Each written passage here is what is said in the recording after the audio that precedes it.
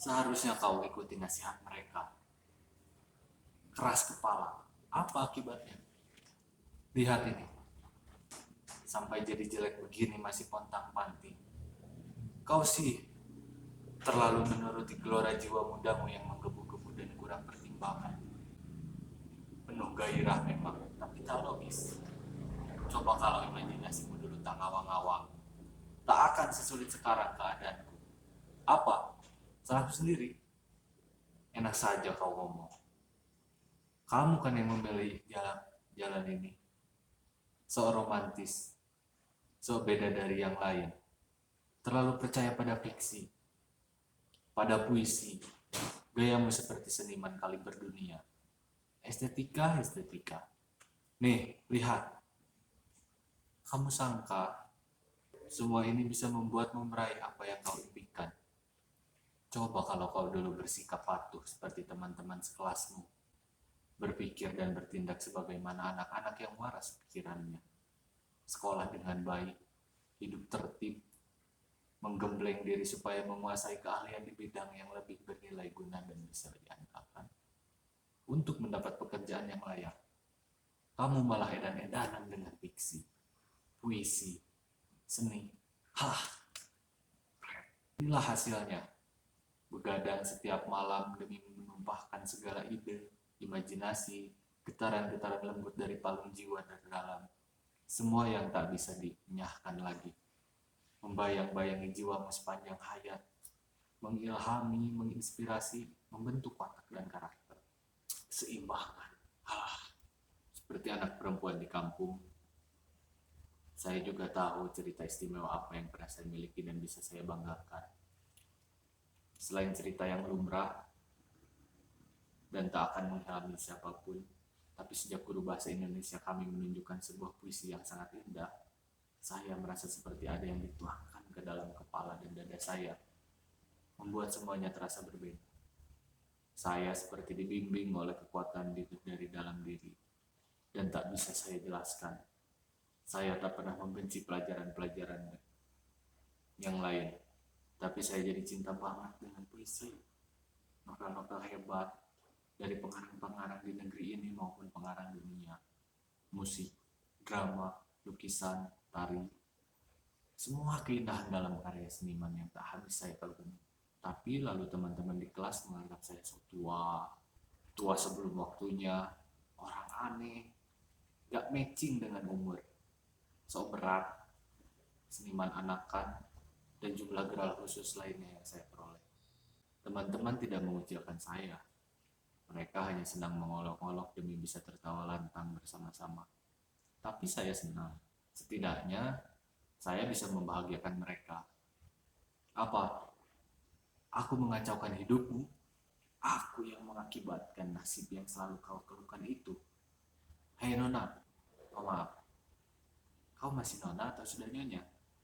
Oh, masih Nona. Hah? What? Separuh Nona, separuh nyonya? What the hell? Oke, apapun statusmu, dengarkan saya. Di usia seperti saya sekarang, setiap orang harus membuat pilihan penting bagi hidupnya. Dan saya melakukannya. Memilih. Saya tak mau hanya ikut-ikutan. Mereka yang menjalani hidup ini seolah-olah seperti warisan, tinggal mengulurkan tangan dan menerima apa saja yang diberikan, lalu menjalaninya, menjadi tua dan mati. Saya tidak seperti itu. Kalau orang lain tak memilih apa yang saya pilih, itu hak mereka. Dan itu juga sebuah pilihan. Tapi saya juga tak mau terus-terusan kau salahkan dengan pilihan saya ini. Saya ingin jadi pengarang, seniman. Jadi kau tak bisa terus-terusan mendatangi saya dan meminta saya mengubah pilihan saya ini. Tiada guna keluhan. Berhentilah merengek. Biarkan aku istirahat. Biarkan aku sempurna sebagai masa lalumu. Lihat dan terima hidupmu yang sekarang dengan berani.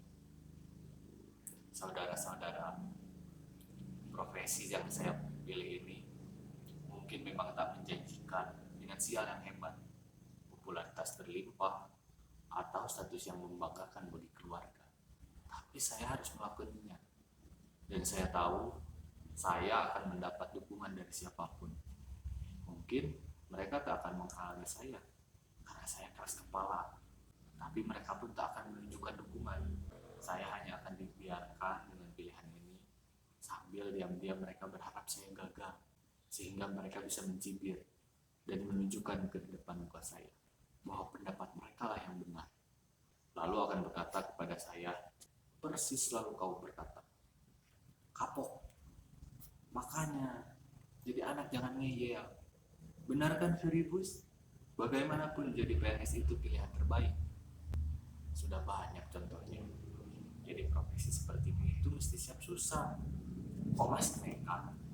Kalau sudah begini, siapa yang bisa menolong? Sekarang semuanya sudah terlambat. Mau daftar puisi, mustahil. Sudah berumur, mau ikut parpol supaya beranjak cepat karirmu? Nggak mungkin. Paling cuma kebagian peran hore-hore. Mau merintis bisnis, modal nggak cukup. Pinjam uang di bank, nggak akan ada yang percaya. Mosok mau kau sodorkan fiksi-fiksimu itu sebagai jaminan? Kalau saja kamu melanjutkan kuliah, minimal kamu punya ijazah S1 untuk melamar kerja. Pikiranmu itu terlalu liar. Harusnya kamu bisa seperti anak-anak lain. Beres SMA, nyambung kuliah. Sesudah sarjana, dia cari kerja, lalu menikah, bahagia sampai tua. Mati masuk surga, itu yang benar. Liar? Saya tidak liar. Saya hanya ingin berpikir bebas. Saya juga mengerti batasan-batasan. Saya cuma ingin memilih sendiri. Hidup yang akan saya jalani, menjelmakan apa yang telah saya alami, dan menggelorkan jiwa saya.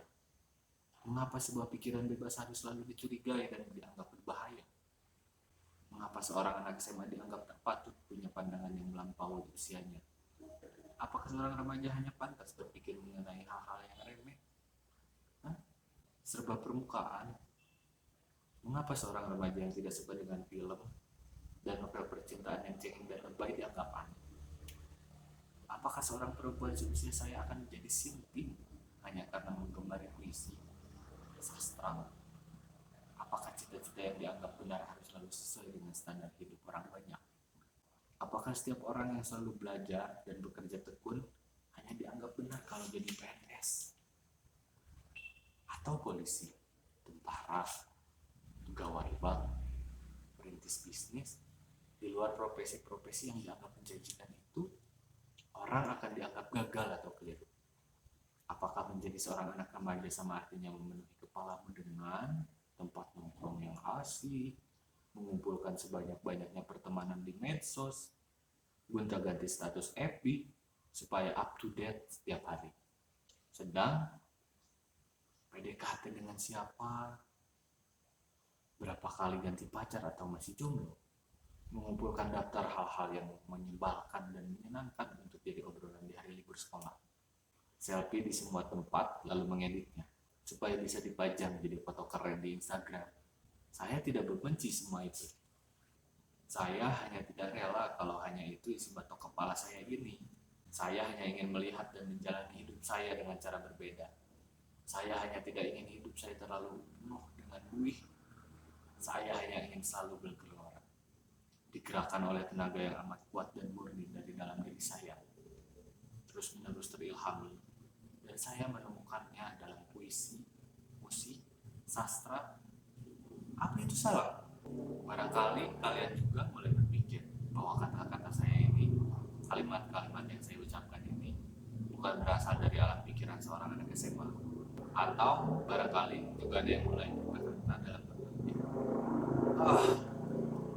bahasannya terlalu tinggi untuk remaja. Atau ini sih cuma naskah drama, aslinya enggak begitu. Tidak, ini memang saya. Maka kami akan berbeda. Maka Anda tidak perlu lagi menganggap kami aneh kalau ada seorang remaja seperti saya.